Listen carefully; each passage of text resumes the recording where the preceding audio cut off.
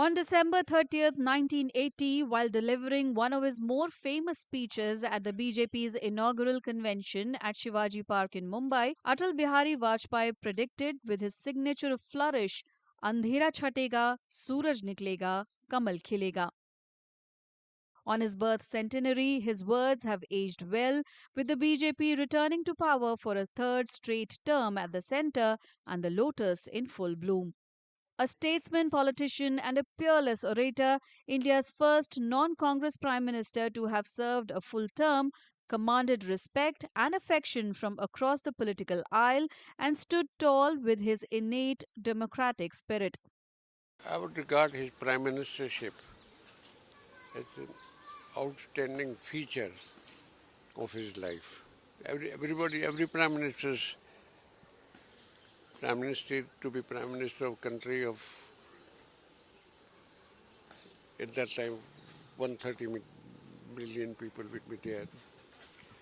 It's not a mean job. He wanted to succeed in that job, do a few things on the economic, social, and political front. He never hit below the belt in parliament speeches. Yet he was unsparing in his critical of Nehru, and Nehru was following a wrong policy in China. He was one of the severe critics, but never hit below the belt. The three-time Prime Minister was the original builder of coalition politics at the national level, successfully running an alliance government for a full term while navigating some of the biggest national crises, including the plane hijack in 1999 and the terror attack on Parliament in 2001, both with direct links to Pakistan. Was running an interim government, as we call it in Indian political scenario, as a caretaker government. Imagine a caretaker government which under the constitution cannot take any major policy decision. He not only ran that government, that is the caretaker government, but fought Kargil war. And all the decisions taken by his government during the Kargil war were supported by the entire nation, all political parties. An impressive mix of tradition and modernity in his worldview, Vajpayee was a full time RSS worker before being sent to the Janasangh in 1951. Unlike his lifelong companion L.K. Advani, who, despite being an ideological hardliner and more invested organizational leader, fell from the RSS's grace due to his public airing of views, including his ill fated praise of M.A. Jinnah, Vajpayee shaped his image of a moderate while never crossing swords with it. The only time he openly denounced a polarizing Hindutva cause was when the Babri Mosque was demolished in 1992, but his stand was considered an act of political pragmatism necessary for the BJP to realize its political ambitions after fetching merely 2 seats in the 1984 polls. With the moderate, poet at heart, and statesman like Vajpayee as the BJP's prime ministerial face, and the party agreeing to put a moratorium on its contentious ideological planks of the Ram Temple construction, Article 370 repeal, and the Uniform Civil Code, regional parties from across the country were drawn as he led them to poll wins. He had excellent relations with the chief ministers of different political parties and across board, all leaders. I mean, you remember he was heading a coalition government, and you know who were the cabinet ministers in his coalition government? Mamta Banerjee, Nitish Kumar, Naveen Patnaik, and all these people were members of his cabinet who are in their own right are leaders today in different political parties. So that was the era of running a coalition government successfully, and only Mr. Vajpayee could do.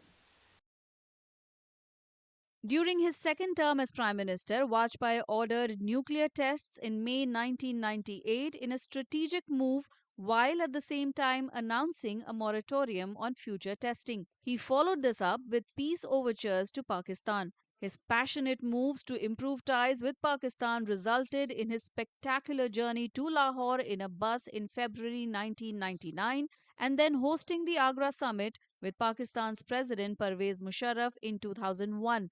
but they met with little success. As the army chief before he deposed Prime Minister Nawaz Sharif, Musharraf was behind his country's misadventure in Kargil, which followed months after Vajpayee's bus journey. So he said, I want to improve relations with all the neighbors, particularly with Pakistan. Now, that was the beginning of the thinking of a bus trip to Lahore, which he did, of course. I was also part of that delegation.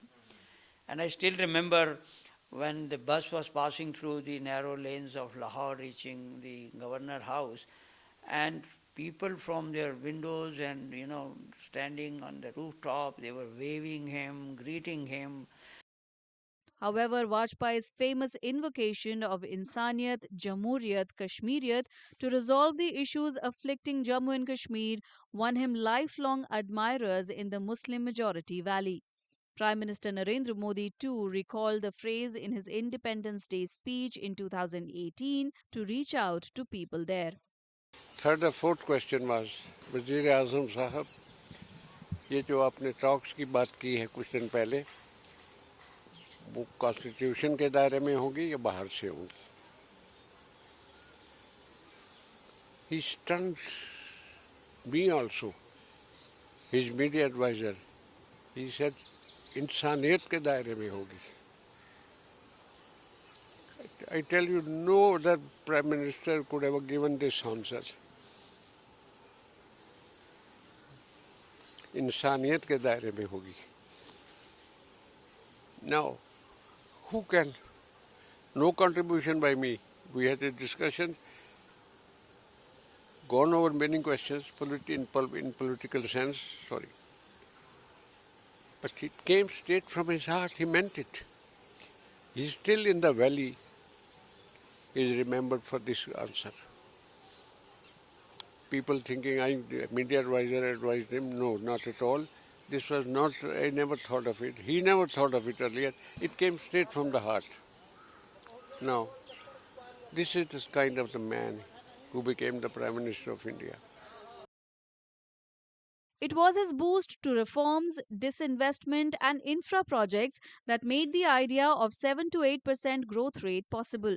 However, the fruits of reforms came a little too late, and this, coupled with the BJP's political missteps, especially in the crucial state of Uttar Pradesh, and the Congress led UPA's harnessing of rural distress, delivered a shock defeat to Vajpayee in 2004 amid a decline in his health. His public appearances were limited.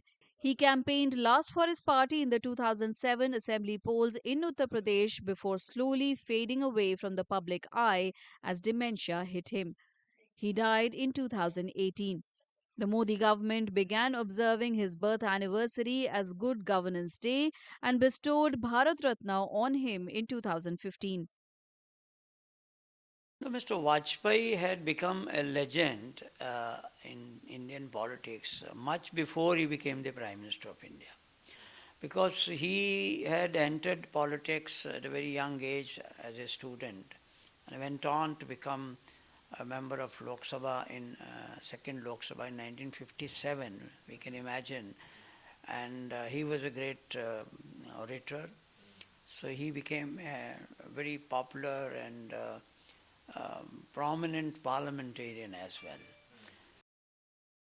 A lifelong bachelor, he was first elected to the Lok Sabha in 1957 from Balrampur in Uttar Pradesh in India's second general elections. His maiden speech in Parliament impressed his peers and colleagues, including then Prime Minister Jawaharlal Nehru. When he was introducing Vajpayee, he said, he told the dignitary, here is a young man, a bright young man in Indian politics, and I will not be surprised if he becomes Prime Minister one day. You can imagine the prophecy of Pandit Nehru talking about Vajpayee between, say, 57 and 62 when he was a member of the Lok Sabha. Well versed in English, his oratory was at its best in Hindi.